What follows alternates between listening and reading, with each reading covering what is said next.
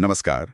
आज हम बात कर रहे हैं प्रेरणा की, मतलब मोटिवेशन की, और इसके लिए हम डैनियल पिंक की किताब ड्राइव पर आधारित एक हिंदी समीक्षा को देख रहे हैं। हाँ, ये किताब समझने की कोशिश करती है कि आजकल, खासकर आज के काम करने के तरीकों में, लोगों को असल में क्या चीज़ प्रेरित करती है। बिल्कुल, हमारी कोशिश यही है कि हम ये समझें कि वो पुराने तरीके, जैसे इनाम या सजा देना, उनसे हटकर क्या है जो हमें बेहतर काम करने पर मजबूर करता है। क्योंकि आमतौर पे यही लगता है ना कि पैसा दे दो, सब ठीक हो जाएगा। हाँ, पैसा या प्रमोशन।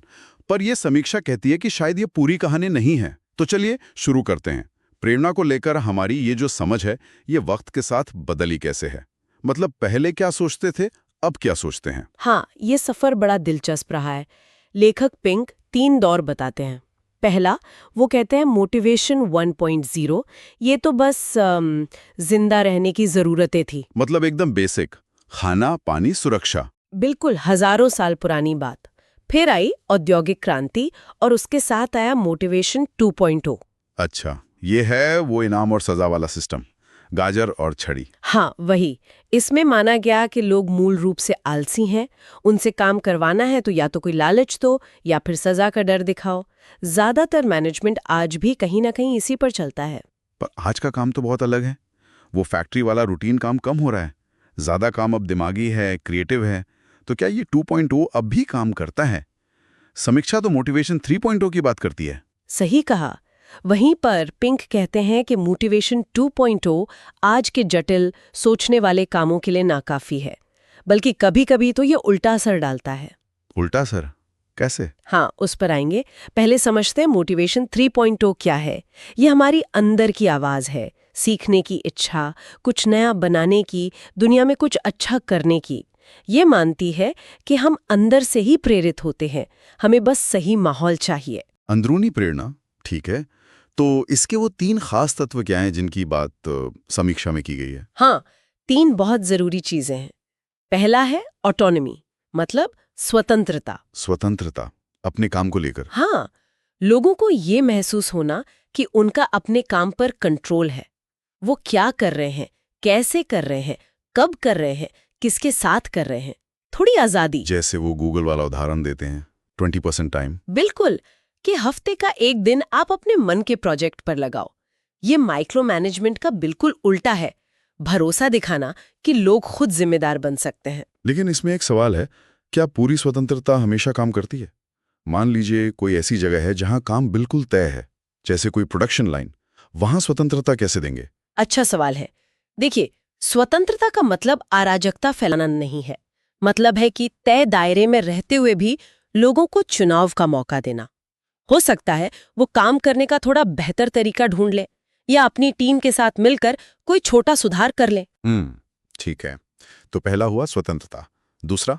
दूसरा है मास्टरी, यानी निपुणता। निपुणता, मतलब किसी चीज में माहिर बनना। हाँ, ये हमारी अंदर की एक प्यास है कि हम जिस भी काम को जरूरी समझते हैं उसमें हम लगातार बेहतर होते जाएं। ये सफर कभी खत्म नहीं होता। और ये अपने आप में एक इनाम है। बिल्कुल। जब हम किसी काम में इतने खो जाते हैं कि वक्त का पता ही नहीं चलता, लेखक उसे फ्लो कहते हैं। वही निपुणता की तरफ बढ़ना है। ये पैसे या तारीफ से कहीं ज्यादा संतोष देता है। सही बात है। और तीसरा तत्व क्या था? तीसरा है पर्पस, यानी उद्देश्य। उद्देश्य, मतलब काम का कोई बड़ा मतलब होना। हाँ, ये महसूस करना कि हम जो कर रहे हैं वो सिर्फ तनख्वाह कमाने या टारगेट पूरा करने से कहीं बढ़कर है, कि हमारा काम किसी बड़े मकसद का हिस्सा है, उससे कुछ फर्क पड़ रहा है।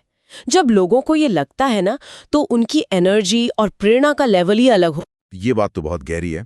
अच्छा, तो अब वापस उस पॉइंट पर आते हैं। बाहरी प्रेरणा जैसे पैसा, बोनस, और ये आंतरिक प्रेरणा, स्वतंत्रता, निपुणता, उद्देश्य, इनमें असली फर्क क्या है? आपने कहा था कि बाहरी तरीके अब उतने कारगर नहीं, खासकर कुछ खास तरह के कामों में। हाँ, देखिए, बाहरी प्रेरणा अक्सर थोड़े समय के लिए काम करती है और ये कंट्रोल पर आधारित है। जो काम बिल्कुल रूटीन का है, जिसमें दिमाग नहीं लगाना, वहाँ शायद ये ठीक भी हो। जैसे फैक्ट्री वाला काम। शायद। लेकिन जहाँ भी सोचने, क्रिएटिविटी दिखाने या कोई मुश्किल प्रॉब्लम सुलझाने की जरूरत पड़ती है, वहाँ आंतरिक प्रेरणा कहीं ज्यादा पावरफुल और टिकाऊ होती है। और वो MIT वाले प्रयोग कर क्या समीक्षा में उसका जिक्र था? हाँ, वो कमाल का प्रयोग था। उन्होंने लोगों को 2 तरह के काम दिए। एक बिल्कुल मैकेनिकल, दूसरा जिसमें थोड़ी दिमागी कसरत थी। और नतीजा? नतीजा चौंकाने वाला था। जिन लोगों को मैकेनिकल काम के लिए ज्यादा पैसे का इनाम बताया गया, उन्होंने अच्छा काम किया। लेकिन जिन लोगों को दिमागी काम के लिए ज्यादा पैसे का इनाम ऑफर किया गया, उनका प्रदर्शन सुधरने के बजाय बिगड़ गया। क्या कह रही हैं? बिगड़ गया ज्यादा पैसे से? ये तो बिल्कुल उल्टी बात है ना? हम सब यही सोचते हैं कि ज्यादा पैसा मतलब ज्यादा मोटिवेशन, ज्यादा मेहनत। पर रिसर्च दिखाती है कि जब काम दिलचस्प हो या उसमें क्रिएटिविटी चाहिए हो, तो बड़ा बाहरी इनाम हमारा ध्यान भटका सकता है, हमारी सोच को संकरा कर सकता है। तो वो फोकस पैसे पर चला जाता है, काम की चुनौती पर नहीं। कुछ ऐसा ही। जैसा किताब में कहा गया है, कंट्रोल से सिर्फ आज्ञाकारिता मिलती है, स्वतंत्रता से जुड़ाव पैदा होता है।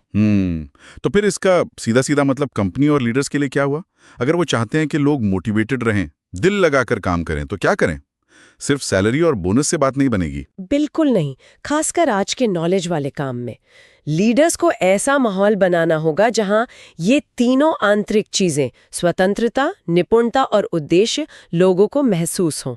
मतलब उन्हें थोड़ी छूट दें, सीखने के मौके दें और बताएं कि उनके काम का मतलब क्या है। एकदम। लीडरशिप का मतलब सिर्फ हुक्म चलाना नहीं है, बल्कि लोगों के अंदर की क्षमता को बाहर लाना है। और ये उन जगहों पर भी मुमकिन है जहां काम पारंपरिक लगता है, जैसे मैन्युफैक्चरिंग।